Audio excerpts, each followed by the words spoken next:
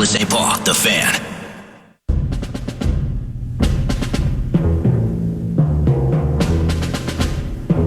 Vikes Bites. Vikes Bites is presented by Thousand Hills Lifetime Grazed Grass-Fed Beef.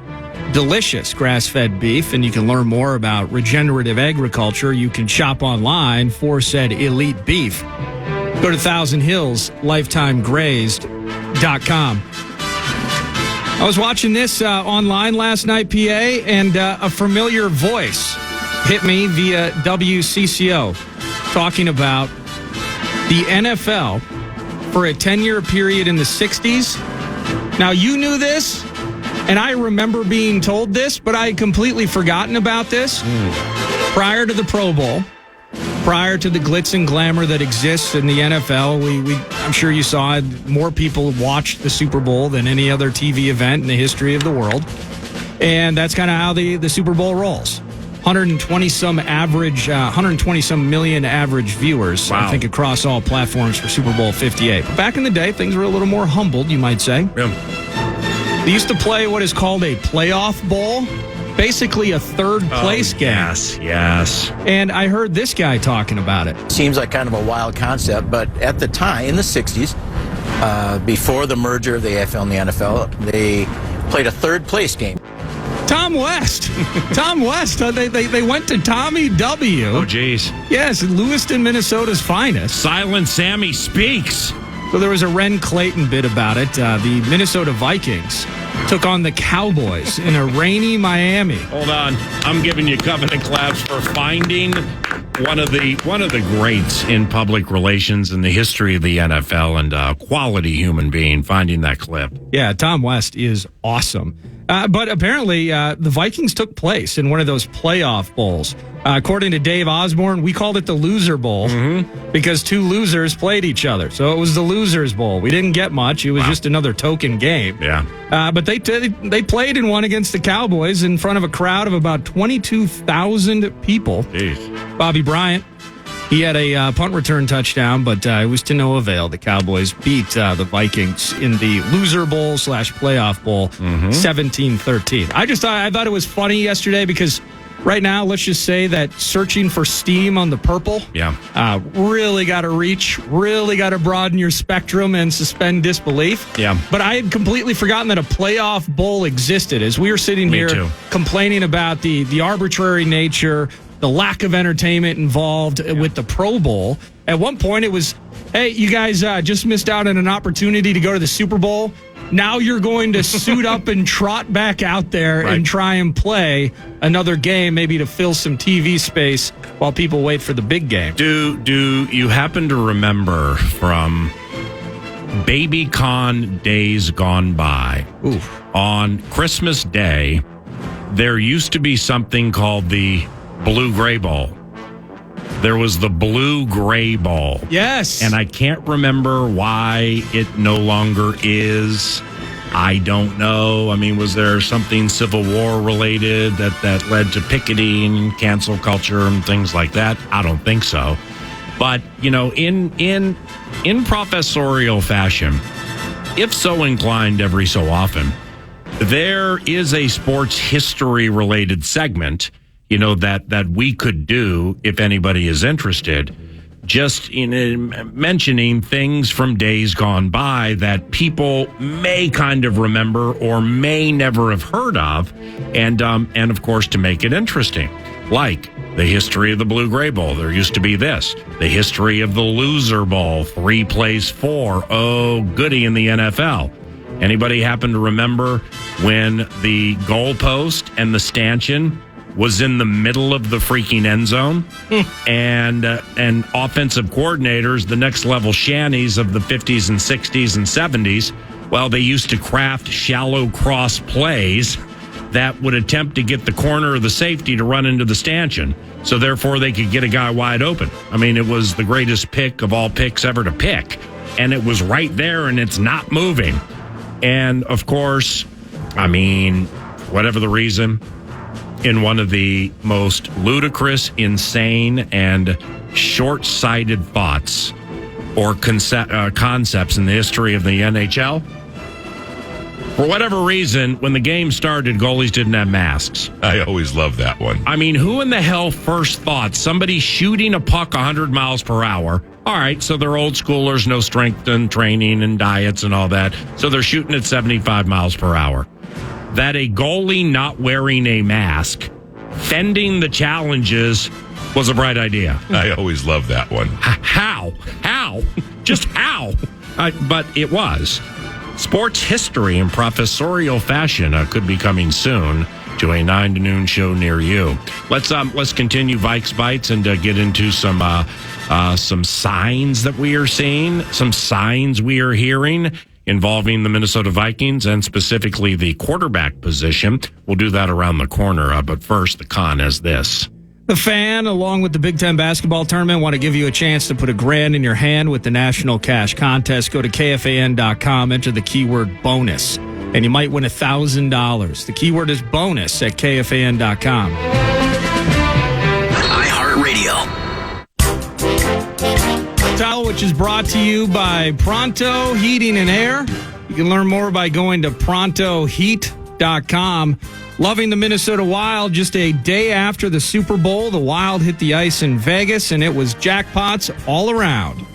Through center, that is going to do it. John Merrill back to gather, and the Minnesota Wild come into one of the toughest buildings to win in the entire NHL, and they do exactly that, giving up the first one early, but score 3 times in the third to the Wild to prevail here in Vegas 5-3. The final is Minnesota has won 3 straight games after the All-Star break. Jules Eriksson Ek with a couple of goals, including the empty net dagger. Matt Boldy on the score sheet, a couple of assists from Kaprizov, and then 27 saves from Gustafsson. He was fantastic last night. The Wild now winners. You heard it in the highlight from Joe O'Donnell. Winners of 3 in a row, but still 5 points out of a playoff spot. The grind continues. The Wild are at the Arizona Coyotes tomorrow, and then they're hosting the Buffalo Sabres on Saturday. For Hockey Insight, Pat Micheletti was in studio during the 9 a.m. hour. Podcast that with the free iHeartRadio app. We're your home for Wild hockey, and that's the Wild File, brought to you by Pronto Heating and Air, prontoheat.com. And now back to 9 to noon. Vikes Bites. We're saying? Vikes Bites brought to you by Thousand Hills Lifetime Grazed Grass-Fed Beef. Go to thousandhillslifetimegrazed.com. Let me hit you with this playoff bowl history and all of that. Let's go to the here and now, because we don't want to play in a playoff bowl, a loser bowl. We want to go to a Super Bowl. Well, the Minnesota Vikings with the Super Bowl 59 odds, the NFL futures out. Feels like they have barely handed out the trophy, and sportsbooks have already started putting odds together. San Francisco 49ers are favored at 5-1. Chiefs just behind them, 6.5-1. But then in fourth, the Detroit Lions at 12-1. Makes sense. Then you go a bit farther down the line. Let me see here. That's 11th. You have the Green Bay Packers, 25-1. And then tied for 16th in the NFL in terms of odds to get to the Super Bowl next year would be the Chicago Bears and Vikings at 40-1, middle of the pack. Your thoughts on the Vikings being headlocked with Chicago, worst in the North in terms of odds to get to Super Bowl 59 at the Superdome in the Bayou? Liking how you laid it out, because this time last year, I believe Minnesota was around 25 or 30-1, and Wobble's team was somewhere between 80 and 110-1. So if only from a wagering standpoint, people taking their money and meshing it with their mind, meaning they got their mind on the money and their money's on the mind, there's a stark change, and the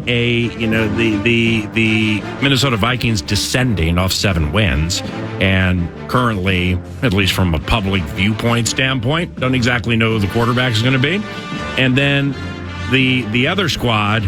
Some would say embarrassment of riches terrorism. You have an improving Justin Fields, who I believe they'll keep, but I could be wrong. And they're going to draft Caleb Williams first overall. And then they have that 9th pick after they got Montez Sweat. And Montez Sweat worked, by the way. It worked well. So no surprise that that those in the spotting up supplemental income industry have chosen to fire that way. No, not offended by the favorites either. Still not completely convinced Brock Purdy will be the quarterback for the 49ers next year, but that's a combine-related conversation perhaps. But no real surprise there to me. Man, the Bears at 9, they're kind of in that Johnny Newton, that Illini cat, that D tackle. I mean, to be able to pair him on the inside with Montez Sweat on the outside. Yeah. That's not bad. Yeah, Jervon Newton. Yeah, Jerzon or... Yeah, Jerzon, thank you. There we go. All right, 3-2. Johnny Jervon put it together. It's his actual name, known as Jerzon. Well, what's your take on mocks? I mean, like looking at mocks. I enjoy them. Yeah, I do too, to a certain extent. It has an expiration date for me. It becomes too overwhelming, simply because there are too many different guys in too many different spots, and I don't want it to greatly impact, what either I think or I've been told about somebody. But like the Jerzon Newton bit, man, I fell in love with him like 11th overall pick fell in love. Yeah. No, but that's having no idea where he's, quote, supposed to, end quote, be drafted. So now the ones that I find to be most reliable, Daniel Jeremiah, Bucky Brooks, and Jordan Reed, now with ESPN, but when he was with the Draft Network, when he used to put one together, it was pretty darn good. And the ones that I'm looking at now have the Fighting Illini beefeater who can sack the quarterback 7 times his rookie season. Like in the deep 20s, end of the first round, middle of the first round, something like that. And I don't know if that's accurate. I wonder where... You must have dropped recently then, because early on looking at mocks, I saw him kind of actually on the verge of almost being a single-digit pick. There's so many mocks. It all depends on which mock we're mocking. But nevertheless, that's kind of where I'm setting my sights. A couple of weeks in front of the combine with Jerzon Newton. But I guess this could be found, but I'm not in the business of going back and like looking at tweets or listening to radio shows from a year ago and being like, hey, I said this, Nordo said this, everybody remember? Or quote tweeting. There was, I'm not going to say who it was, and it wasn't the Friday co-host. Somebody Sunday or yesterday, local, had a do you remember quote tweet with something they said 4 years ago and was just like, told you, or I seem to recall, so I was like, good Lord, how? Just how? How do you think, in case anybody missed something I said 4 years ago, I want to remind you because it was dead right and it makes me look awfully good. I mean, that's a level of insecurity that's really, really difficult to find, but we digress. As you find things on Twitter or X from a mock standpoint, it's so interchangeable now. Things change so much, and like Jahmyr Gibbs and Sam Laporta, I wonder where they were mocked this time last year. Lions don't care where you mock our players. Well, Jahmyr Gibbs was talked about as a second-round pick. It was shocking to many people, I think, that he went as early to the Lions as he did. Correct. Well, why wouldn't he be mocked as a second-rounder? It's a running back in the National Football League. It's a passing league. Jahmyr Gibbs was so freaking important to what the Lions did. Where'd they get him, 12 or 10, 11? I think it may have been 12. I think you were right. Did he work? Yeah, he worked out. That's why I don't follow mock super closely. Until he fumbled in that Niners game, and they completely shut him down the rest of the game. They can shut him down for the rest of 4 games. He can fumble 3 times. I'll walk I'll walk to Pontiac, Michigan to pick him up. Okay, he's that good. Oh yeah. So that's why it's grain of salt related terrorism. It's interesting to look at, to learn about new names, but really until you get to the brass tacks of it all and what the teams are thinking and what helps them, schematically speaking, it's not mocking the mocks, but it is it's faux prediction, which I'm not into. Let me hit you with this. My final Vikes Bites nugget before we transition maybe to some quarterback conversation. Hey! Love it. What sign did, who saw us? Who, what? Well, you had a player on the show yesterday. His name's Dalton Reisner. Yeah. And here he is talking and speaking to the combine. You kind of asked him, like, hey, going to the combine, conversations start to heat up. Free agency is upon us. A lot of steam at the combine, a lot of names floating around. And here's Dalton Reisner not only talking about said steam at the combine, because he has some experience with that a year ago entering free agency, but also on his time with the Vikings. This year, I worked my ass off. I kicked ass down in Minnesota. And a lot of people in that facility told me that they really appreciated me and they'd love to have me back. But if I'm being honest with you, last year at the combine, I had raving reviews and a lot of really positive things, and I didn't sign until September. So maybe I'm giving too much information right now, but what I believe is I don't really trust what I hear. Yeah. I guess I trust if someone puts it into paper and sign me, you can tell me how much you love me and how great I have done or what I did, or I don't care what it is. I'm not trying to be rude here, but if I've learned anything in the NFL, it's that, I'm not going to really listen to chit chat anymore. I think that I'm going to listen to business. So I would tell you no, because from last year, my experience, that did not replicate from what I heard from the combine to what happened the first day of free agency and for the 6 months of waiting till September. So that's Dalton Reisner from yesterday. So that plays into two things here. Talking about steam. It's a sign. Second-round picks becoming first-round picks. First-round picks becoming second-round picks. And the steam that maybe will be wafting its way up into the Indianapolis air a couple of weeks from now. But here's the deal, PA. Love it. We talk about Kirk. We talk about JJ. Let's talk about something else for a couple of minutes here, as in Dalton Reisner in this offensive line. Chris Reed, unrestricted free agent. Austin Schlottman, unrestricted free agent. Guard tackle flexibility guy, Blake Brandell, restricted free agent. Quesenberry, the tackle. Unfortunately, we needed him more probably than we would have wanted. He's unrestricted. Ole Udoh, don't forget about him. He got hurt, and he's unrestricted as well. My point in all of this is we need to get Dalton Reisner back, PA, as we look at the Minnesota Moving Company. Darisaw, of course. Then what? Bradbury, Ingram, and O'Neal. And we trade away Ezra Cleveland at the deadline last year, get a late-round pick in return for that. The situation is dire at the offensive line position, and we're not even sweating the anchor of the center. So left guard, Dalton Reisner, I'm feeling needing to become signed, sealed, delivered, I'm yours. As Dalton Reisner yesterday, he's like, oh, it's so beautiful here, mile high. We got the snow-capped mountains, the Denver area. It's so gorgeous. Love it up here. It's so peaceful and tranquil. That's cool. Get your ass on a plane back to Minneapolis. And hopefully, if we're looking at things Kwesi has to do, one of those is printing off a handful of sheets of paper with a re-up for Dalton Reisner. We need that guy. We need to fix that or solidify that left guard spot. It was a 20-minute conversation with Dalton Reisner, most of it about the Super Bowl, final 5 minutes, his lot in life as an unrestricted free agent. You can podcast that bad boy, KFAN.com, 9 to noon on demand. And when you go through the podcast, it aired at about 9:35, so it's very early in the equation. Yeah, end of the first hour podcast. And into what? End of the first hour podcast, final segment. And that's from yesterday, KFAN.com, 9 to noon on demand. Well, Dalton, during the course of the chat, said that he had, either been what he felt was misled, and then all of a sudden people are signing, and you got crickets related terrorism, and he's what, he was, I think, in his 5th year or 6th year or something. So, I mean, he's still... This was his 5th year this last year, yeah. So he's not even at what should be the halfway point of his career. He's right around it. And Reisner, made all the dances out of 66 games or something. He started at 63. So, I mean, injuries weren't a problem, but he just, maybe his price tag was too high. One thing that he said 9 to noon yesterday is, I took a deal to play, a 1-year deal to play for Minnesota. That was not a deal I preferred. Do it again.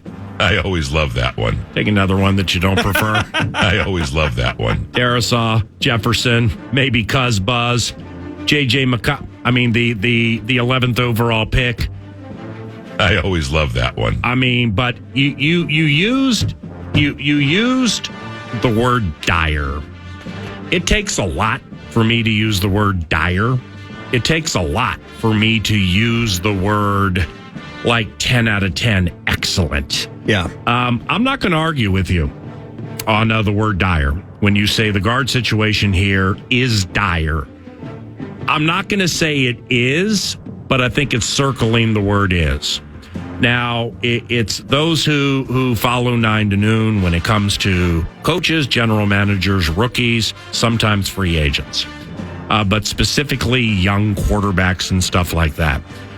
I've just been taught, it's because I've heard it so many times from so many of the right respected people that you got to give them a good 25 before you can really start saying this situation might be dire, or holy cow, Ivan Pace Jr., did we hit on one in college free agency? I can't even say that about Ivan after the 17 last year, simply because it's 17. And by the middle point of 2024, did we do it again? Okay, you belong. Perhaps you belong as a star. Perhaps you will be defensive Associated Press Defensive Player of the Year one day. But we still need to see a little more, even if it's good that way with somebody undrafted. Here's the point, is Reisner came in, Cleveland got traded to the Jaguars. Phil Rauscher is their offensive line coach, so the team had an in because he used to be the offensive line coach here, and it made it easier, and they had a need. All right, so that made sense. But they wouldn't have done it if they didn't think Reisner, while Cleveland was on the mend, was the right guy to use. And he was. All right, so now you rattled off the rest of the names. And I'm fond of Chris Reed, and I think there's better in Chris Reed than really anybody has seen since his Jacksonville days. But with all due respect, I can't say it's full-time left guard guy. Well, now you get to Ingram. You get to Ed Ingram. And this time last year, and this is football fact from the annals of time in what's known as gospel. It's after a rookie season. If you're an offensive lineman and you're taken in the second round or you're undrafted, it doesn't matter. If you make every start and if you have as few penalties as that young man had his rookie year, you also make every practice battling through injuries, that is a W. His rookie year was a W. Now, there was in certain areas, if you are in the camp that views certain areas in year 2 past the 25 game threshold, declined precipitously in hot moments of games where the last thing you needed on QB 1, 2, 3, or 4 was a mistake to happen at that spot. If you are in the camp that believe they happen too frequently, well, then that means what's next? Do you need a new right guard along with a new left guard? Now, so as we unpack, because that's what we do 9 to noon, context matters a lot. So how does that fit within the layers of 11? Pick the 11th overall pick in the draft. All right, well, if you still are dreamy that you're going to move up to 1, 2, or 3, it's not going to happen. There's a time I would have talked about it and spotted up on it for maybe $3. This is not the time. And in fact, when we started sharing the last week and a half, okay, the 2022 draft for the Minnesota Vikings truly, may have set the team back X amount of whatever, unless these guys start jumping out of their skin. But that's one part of the new regime. If you believe the new regime, in part, was hired, specifically Kwesi Adofo-Mensah, to get the team younger and get the team out of some bad contracts and some salary cap problems where it's pennies, nickels, and dimes every free agency that we've had for X amount of years. I do believe that was a major part of Kwesi's job, or Kwesi was charged. The mission statement. Thank you. You have the job. This is what you got to do. No, mission is the exact word. That was a large part of the mission. And for the most part, he's doing it. I mean, some of it's working, some of it's not working. And that's going to play into 11 this year. So, I mean, if Reisner does not return, and you're down on Ingram, and I'm not going to say they're down on Ingram, but after 2 seasons, you need to see something to a certain level where you can stamp it and say, you belong. Right. And I'm just not sure that's I can't say he doesn't belong, but I certainly can't say that that you can win the Super Bowl with some things that transpired the last 2 years. So does that mean that in the land of 10,000 needs on offensive line, once again, that you got to look at that too? Well, then that means if 11's going to be traded, it's going the other way. Right. So you can amass picks and take more swings in the land of 10,000 offensive line needs. Or, speaking of seeing signs, do you stay at 11 and take a quarterback? I'm absolutely in favor of Dalton Risner returning to this team. Yeah. And for many, many reasons, but most importantly, how he played during the games. I'm glad you mentioned Ingram and semantics with Dyer, not Dyer. I got to be honest with you, after you laid that out, I feel worse about the O-line situation than when I brought it up. Well, you called it Dyer. I think it is. It might be worse than Dyer. Well, it can't be Dyer when you have a left tackle as good as Darisaw and a right tackle as good as O'Neal, and Bradbury playing the way he played last year, specifically in that middle zone game, specifically with Cousins, specifically after injury early in the season. Schlottman up to the Lambeau game. I think Lambeau or Carolina maybe, but Schlottman got good. It took him a minute, but Schlottman got good. Yeah. Well, then, he was usurped by the starter, and Bradbury responded. So 3/5 of something being above board, in my estimation, does not lead to a qualification of the overall fist. The Minnesota Moving Company and the assets thereof being dire. Just as of now, in a month, Dalton Risner won't be on this team. The right guard does need to improve, and you don't even have any depth at this particular point. That's what was seeping into my head at this stage because, with all the money conversations. After the 3rd season, Christian Darisaw can start talking about things. We saw what Andrew Thomas got with the Giants, 117, it was a record deal over 5 years.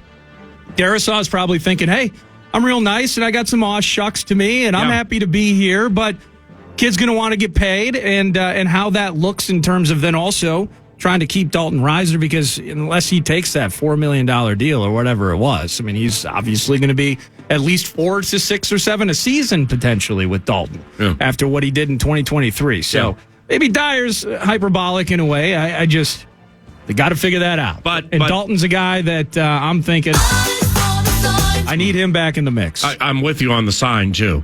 But see, Dalton, if you believe the general manager and part of the mission is to get it younger, keep it good, and fix the money bit.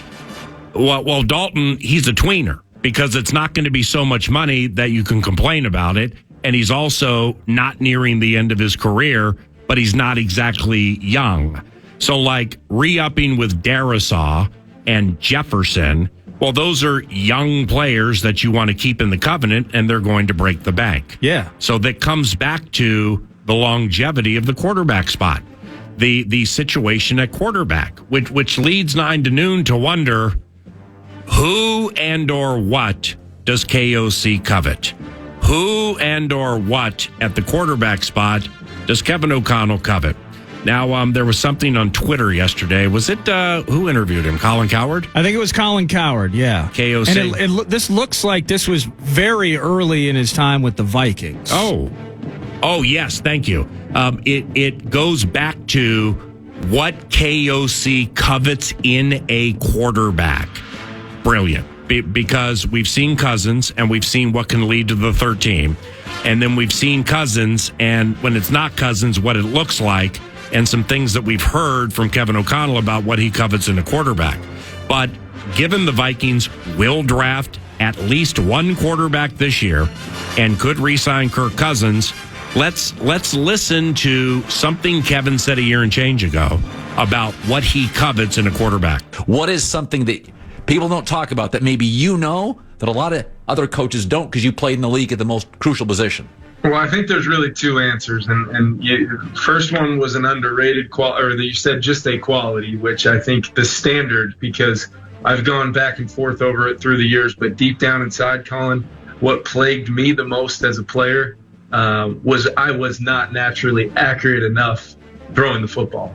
Take arm strength, take some of the other traits. We talk a lot about fundamentals and techniques, how you deliver the football, the rhythm and timing, your ability to be twitchy and speed it up when you have to. Those are all great things. But when that rock leaves your hands, when you throw that football, you have to be in control of it at this level and be able to put it where you want it and be able to do it in different rhythms and timings and anticipation. So that was him on accuracy, PA, and this was kind of a two-part clip that you sent me yesterday. First part, accuracy. The other part, got to see the whole damn field. And that's where it leads me to the most underrated quality that I think not a lot of people talk about, and that's, the big field vision, being able to see either, and it's not always the tall guys, because I was 6'5", Colin, and a lot of times I couldn't see anything. I am 6'5", I shouldn't say was, even though I'm probably shrinking with all this stress. But I'll tell you this much, if guys can see and they can feel voids and vacancies and leverages and techniques, Andy's accurate, guess what? We're going to be able to get the ball out in rhythm a lot. The pass rush may be humming, but they're not going to get home in time if you can anticipate and feel and see. And I think, you talk about Justin Herbert, I think the one thing that you couldn't see on his tape enough of in college, just by the nature of how they played and no slight on anybody, you just didn't get to see a lot of those reps where he did that. But I'll tell you what, you turn on the tape now and you see him do it time and time again. And when he turns that thing loose, I mean, his head coach is a very, very one of my best friends in this profession, Brandon Staley. And that's how I knew this was an older clip. Some of our greatest conversations are when I just say, talk to me about what your guy did today. I just want to hear about it. And then vice versa. He's a fan of our guy as well, having played against him a lot and knowing a lot about Kirk. So that's him. It's the combination of accuracy. Got to get out of bed with an accurate arm. And big field vision, being able to see it all, anticipate it all, and act accordingly. It's the swivel. It's the swivel. Are you accurate? And do you have swivel? Will travel. More on that conversation later. 9 to noon continues after this. KFAN, The Fan.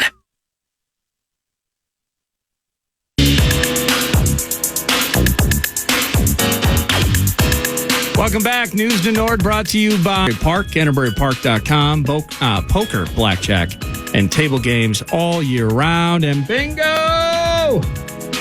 Bingo on Tuesdays.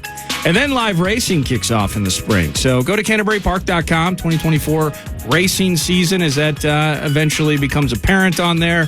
Find out where the hats and mint juleps need to go with derby-related celebrations, musical events. They have so much going on down there. Just get to CanterburyPark.com. We'll start with the hockey team. We had Micheletti in studio earlier to talk all sorts of hockey, but how about those Wild last night in Vegas? Vegas turns a puck over, Boldy right circle, trying to dance in front, got through a check, and his wrists are stopped by Hill. He didn't know where it was. They score! Marco Rossi from the goal mouth, man, jammed it home. Boldy was there as well, and the Wild are back in front 3-2. Yeah, and that made it 3-2, and the team didn't look back. Matt Boldy would make it 4-2. Rossi becomes Rossi again, it sounds like. Joe O'Donnell on the call, and Jules Eriksson-Ek, one of his 2 goals last night, was the empty net dagger, and the Wild win 5-2 in one of the tougher buildings to play in all of the National Hockey League at the Golden Knights. But it's still absolute grind time for the hockey team as they've won 3 in a row since the All-Star break. Absolutely love that. But they're still 5 points out of a playoff spot. In the end, you kind of try to work your way through analytics, try to figure out, someone put it to me, we were texting about the game, you got to figure out kind of roughly where things are going to sit, and the Wild probably need to get into the low 90s in points. So what does that take? The ease of the schedule down the stretch will help. Now, in more recent times, they're going to be on the road quite a bit, so go beat the Coyotes tomorrow. Come home to the X on a Saturday and whoop that ass against the Sabres. So they just kind of got to play that game by game. But last night, man, Gus was awesome. Like, things look really well for the hockey team. So good for them. Right, and the analytics and the projected points you need to attain to get into the postseason, well, that all changes as the race moves on because other teams win and or lose games they weren't expected to win or lose. So, yeah, over the annals of time, it's like I said last week, if you make Reed, Mahomes, and Kelsey an underdog in the Super Bowl or the playoffs 100 times, they're going to beat your bankroll 85 times. So that's almost a lemming-like in the blind. You have to do this because it will stand the test of time. What you said about the projected points and things like that has stood the test of time. So certainly not mocking or disrespecting it. I'm simply saying, pragmatically speaking, and I'm welcome to be apprised if I'm wrong here. If I'm saying something that is just completely outlandish, you have 3 teams to jump. The second wild card and 2 teams in front of you, Calgary and Nashville. Okay, so we got 3 to jump. You're 5 points out of it, and you have 30 to go. Okay, making up 5 points in 30 games is absolutely attainable. Yeah. If the metaphorical dominoes fall a certain way. But to act like it is a long shot, it's not a long shot. It's not favored. I mean, it's a spotty, but we ain't talking about 30-1 here. That's a long shot. 4, 5, 6-1 is not a long shot. It's a spotty. So 30 to go, 3 to jump, and 5 behind. I think there's a chip chair and a chance. No, I absolutely think there is. I would mesh like the idea in 30 games. If you're at 53 points right now, the concept of potentially needing about 40 points in the final 30 games to get there. And that is a daunting task. I agree. But until they're officially eliminated, what are we going to do? Well, it's White Horse Radio until further notice. We're on call. Okay, well, I mean, the Predators, the Flames have 2 more than us. The Predators have 3 more than us. The second wild card is 5 more than us. So how about nobody is on pace for the low 90s? You know, there also are low-rated races. Yeah. And maybe this is a low-rated race. Let's go nip that final wild card. Maybe we came into it thinking we're running, in a $50K allowance at Colonial, and it ended up being a $35,000 claim at Prairie Meadows. So we're in the race we're in. You can't change the race. You can't change the past. You can't change the race. You can just look at what's realistic. Calgary, I don't even know when Calgary plays. I don't care. Say Calgary plays tonight and loses, and say it doesn't play tomorrow. Say you play Arizona and get 2. Well, now all of a sudden you're tied with one of them. See, so it could go that way too. Can we get Sickman to make one of those playoff sheets when usually there's about 10 games left, and it's got the home games in red and all of this, and they'll tell us. Can we get one with 30 games left, Sickman, so we can figure this out here, when who is playing who, and we can track it minute by minute, period by period. Who's zooming who? Who's zooming who? While we were watching the Wild game, little channel flipping paradise last night as we head to L.A. Kyle Anderson off to Nas, right back to K.A. Throws it back to Nas, left of the lane, drives, splitting defenders and laying it up and in. How about that? Nas, Reed, and K.A. playing 2-man. 97-75. It's a 22-point lead with 9:08 left to play. Ty Lue and the Clippers, they look despondent. Alan Horton on the call. Have we had a requested nickname change here from from Slow-Mo to K.A.? Ooh. Slow-Mo. Slow-Mo. Slow-Mo. Look at Slow-Mo when he meanders his way into the key or the paint and teardrops something over the outstretched arms of a beefeater. Everything about him is Slow-Mo, old school but he's K.A. Maybe. Anderson off. Okay, he didn't start with K.A. So he only said it once. What if it's just, and you've seen it. I'm tired of being called slow-mo. But I'm a one-man operation for 2.5 hours. Yeah. I've said slow-mo 6 times. Great point. Maybe it's K.A. Elite. Yeah, and doing that job in solo fashion. You. I mean, if you're. Yeah, whatever. I mean, you think about things like that. Oh, 100%. I would think you think about things like that. Well, so, you'd be self-conscious if you were and it's tough to do it, but maybe let's say JJ scores a couple of touchdowns in the same game. Yeah. You might, even though you're not scripting it by any means. I know what you mean. You might think about I laid on it with JJ 3 times in the first touchdown.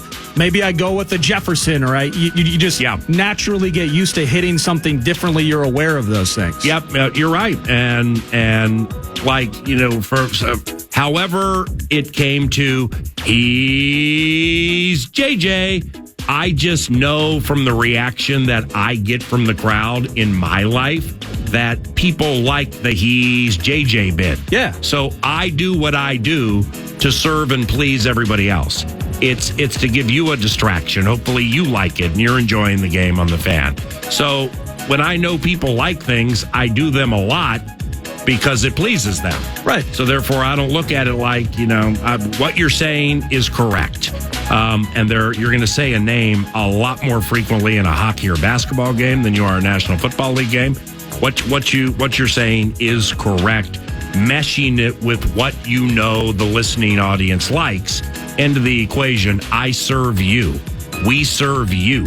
You don't in any way serve me or us. We serve you. The most impressive thing about that is you came up with he's JJ on the fly while relieving yourself into a Gatorade bottle because the bathroom line was too long at halftime. That's why we have wireless mics. And televisions. So third, it might have been against Tennessee, where you didn't need a Gatorade bottle or a TV. There was nobody there to see it.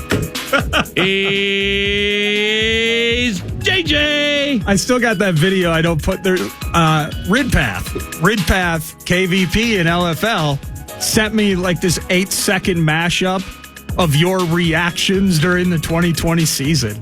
Of you, really? It was phenomenal. The Cam Dantzler bit. The in the Vox box doing road games. Yeah. Oh, it's an all-timer. I'll put that on X here maybe during the break. Crazy. The key to all of this, though, is we wrap News du Nord brought to you by The Casino at Canterbury Park.